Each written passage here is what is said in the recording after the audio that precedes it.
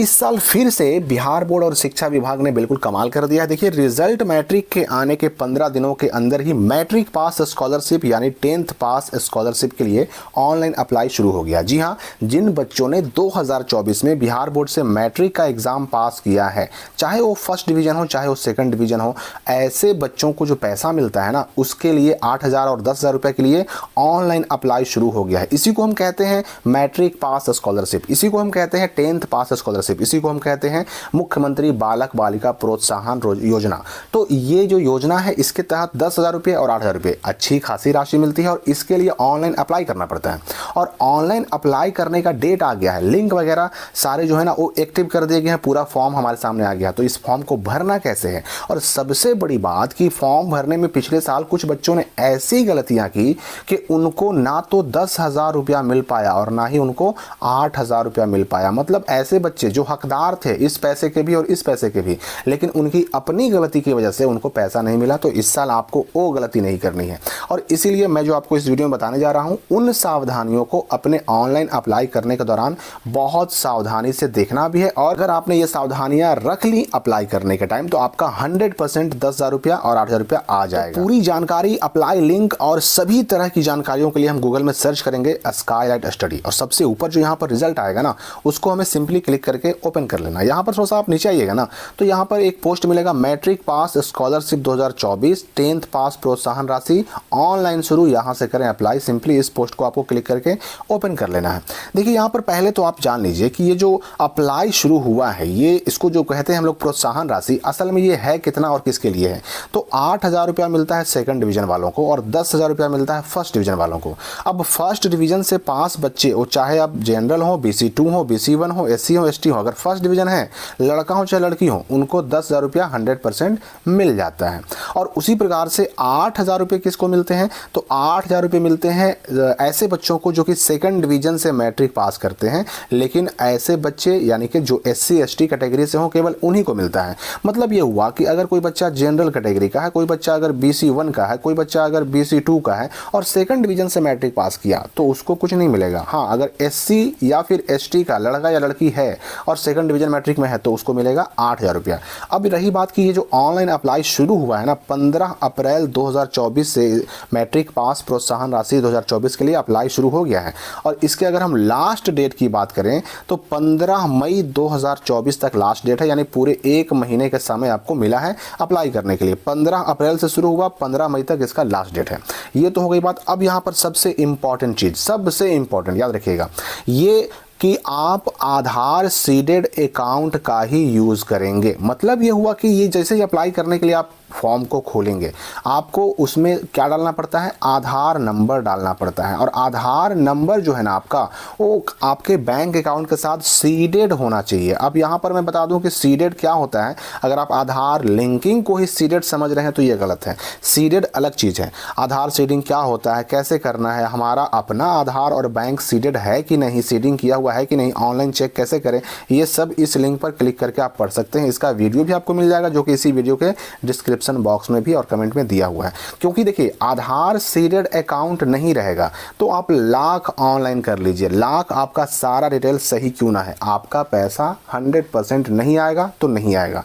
अब यही सिर्फ यही नहीं, इसके अलावा भी आप किसी भी प्रकार का सरकारी लाभ, कोई भी स्कॉलरशिप, अगर पैसा आपको लेना है तो आधार सीडिंग कराना जरूरी है। आधार सीडेड अकाउंट होने के बाद ही आपका पैसा आपके अकाउंट में आ पाएगा। अब यहाँ पर देखिए कुछ शर्तें क्या है। शर्तें यह है कि जो आवेदक होना चाहिए वह बिहार का अस्थायी निवासी होना चाहिए भाई। या यहाँ पर देखिए, छात्र और छात्राएं दोनों इस स्कॉलरशिप के लिए अप्लाई कर सकते हैं, यानी लड़के भी और लड़कियां भी। आपको मैट्रिक की परीक्षा में, बिहार बोर्ड की मैट्रिक 2024 की परीक्षा में या तो फर्स्ट या फिर सेकंड डिवीजन से पास होना ज़रूरी है।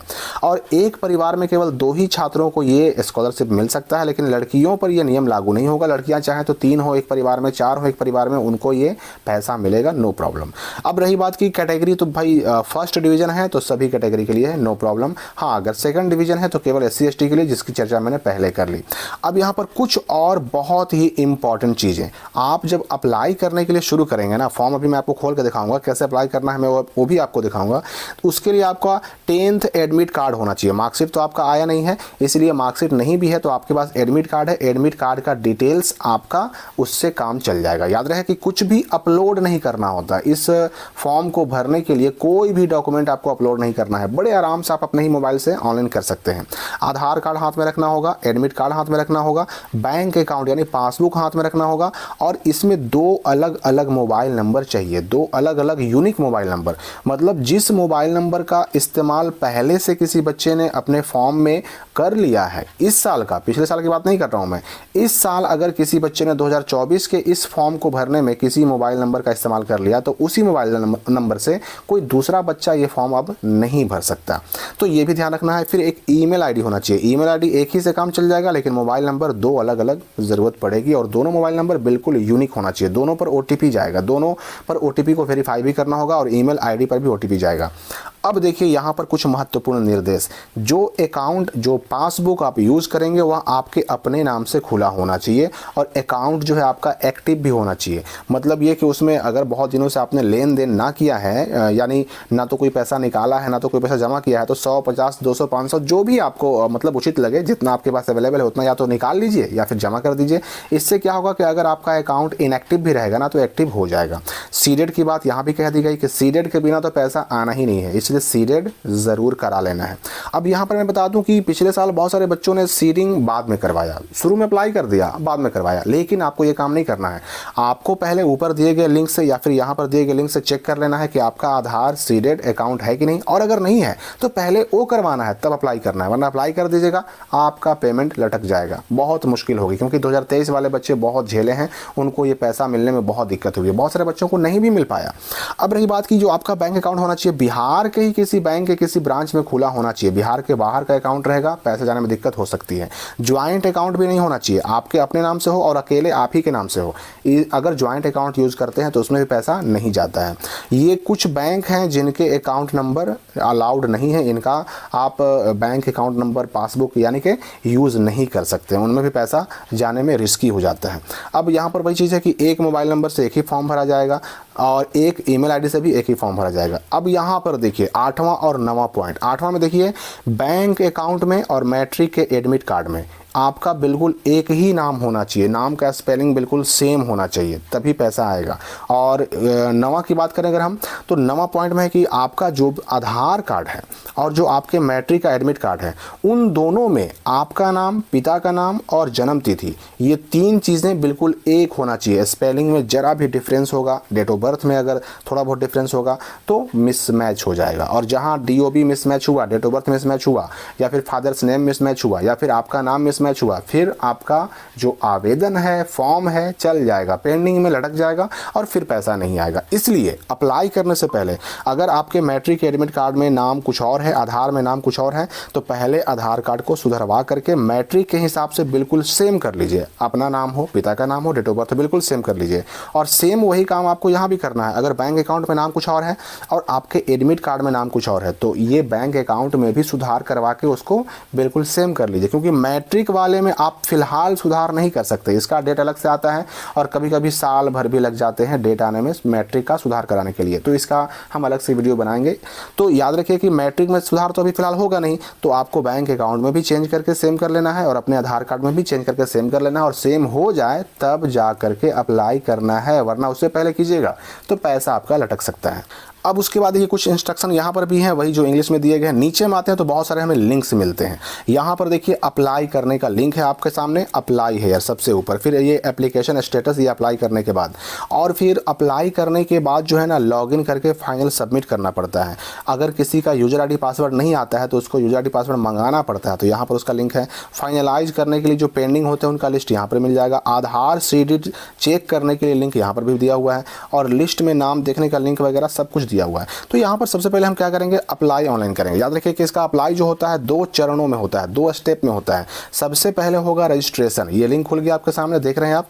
सबसे पहले ये रजिस्ट्रेशन पेज खुला, तो इसमें आपको क्या करना है कि रजिस्ट्रेशन करना है। 3 जगह हम क्लिक करेंगे और इन तीनों जगहों पर क्लिक करके हमें क्या करना है, कंटिन्यू कर देना है।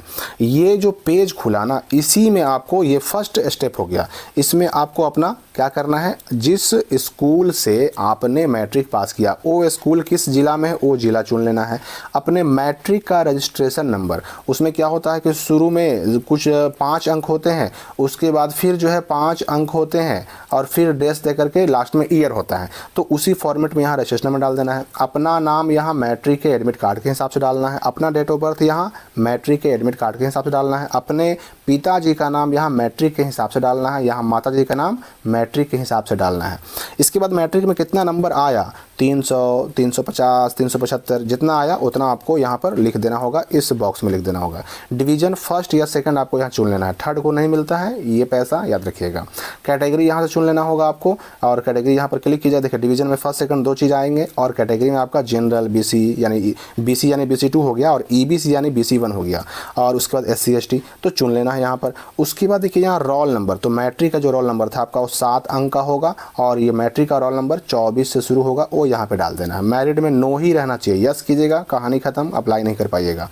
इसके बाद यहाँ तक तो हो गया। अब देखिए उसके बाद शुरू होता है आधार वेरिफिकेशन। तो आधार वेरिफिकेशन में यहाँ पर आपको जो नाम डालना है अपने आधार कार्ड के हिसाब से डालना है, मैट्रिक के हिसाब से नहीं, आधार कार्ड के हिसाब से। जेंडर चुन लेना है, मेल या फीमेल, और यहाँ पर आधार नंबर 12 अंकों का डाल देना है। उसके बाद जो आधार कार्ड में डेट ऑफ बर्थ है वो डेट ऑफ बर्थ यहाँ डालना है, मैट्रिक के हिसाब से नहीं। और ये 4 चीज़ डालने के बाद वेरीफाई आधार नंबर पर क्लिक कीजिएगा, सब सही पाया जाएगा तो यहाँ पर ग्रीन हो जाएगा, ये वाला वेरीफाइड ग्रीन कलर से लिखा जाएगा।